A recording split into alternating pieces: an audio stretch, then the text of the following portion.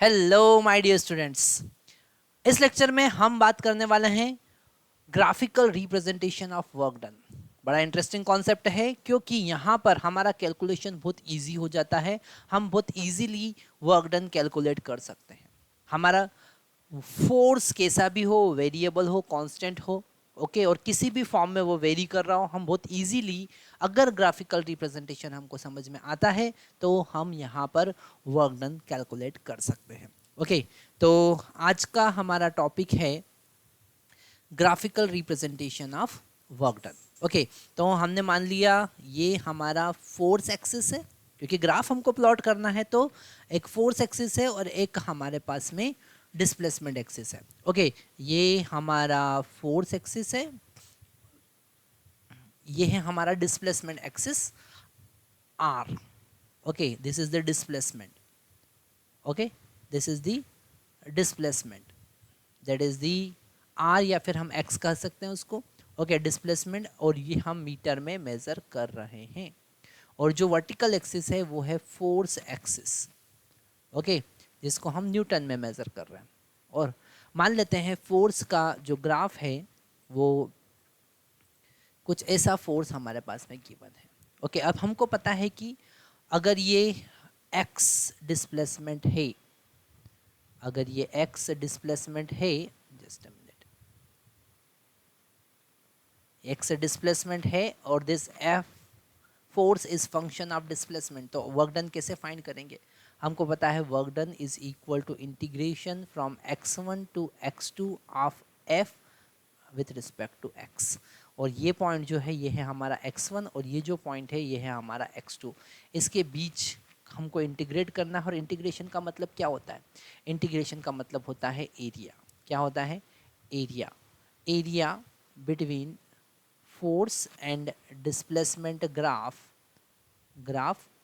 from x1 to x2। Okay, x1 to x2। तो ultimate आपको क्या कैलकुलेट करना है? अल्टीमेट आपको ये एरिया कैलकुलेट करना है।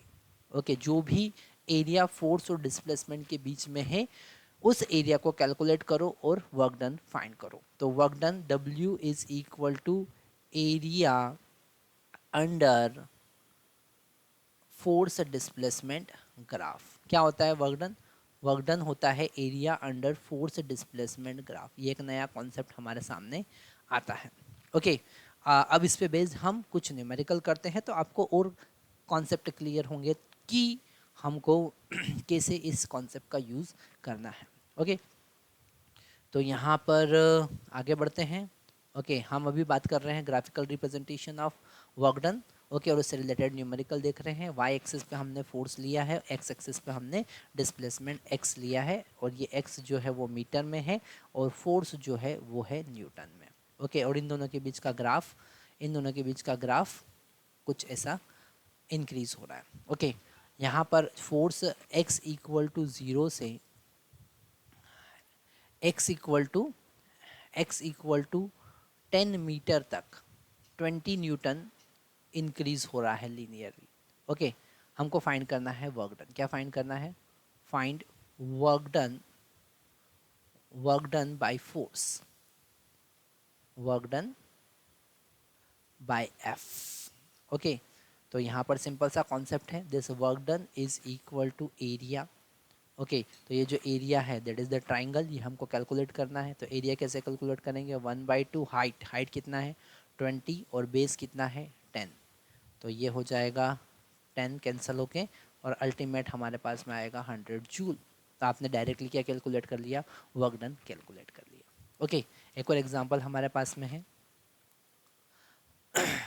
वापिस से हमारे पास जो वर्टिकल अपवर्ड एक्सिस है वो है फोर्स, जो कि हम न्यूटन में मेज़र कर रहे हैं, और हॉरिजॉन्टल एक्सिस डिस्प्लेसमेंट है जो कि हम मीटर में मेज़र कर रहे हैं। ओके, और ग्राफ हमारा पहले लीनियरली इंक्रीज हो रहा है फिर लीनियरली डिक्रीज हो रहा है। ओके, ये जो ग्राफ है, जो फोर्स इंक्रीज हो रहा है वो x इक्वल टू ज़ीरो से x इक्वल टू 10 मीटर तक, x इक्वल टू 10 मीटर तक 20 न्यूटन तक इंक्रीज हो रहा है। ओके, 20 न्यूटन तक इंक्रीज़ हो रहा है, फिर डिक्रीज़ हो रहा है 15 मीटर तक, 15 मीटर तक वापस से डिक्रीज़ हो रहा है। तो आपको सिंपल सा एरिया फाइंड करना है। टोटल एरिया हम फाइंड करेंगे तो क्या पता चल जाएगा, हमको वर्क डन पता चल जाएगा, क्योंकि वही हमको फाइंड करना है, find W। Okay, so this W is equal to the area. So W is equal to area क्या होगा, 1/2 हाइट, हाइट कितना है 20 और बेस कितना है 15।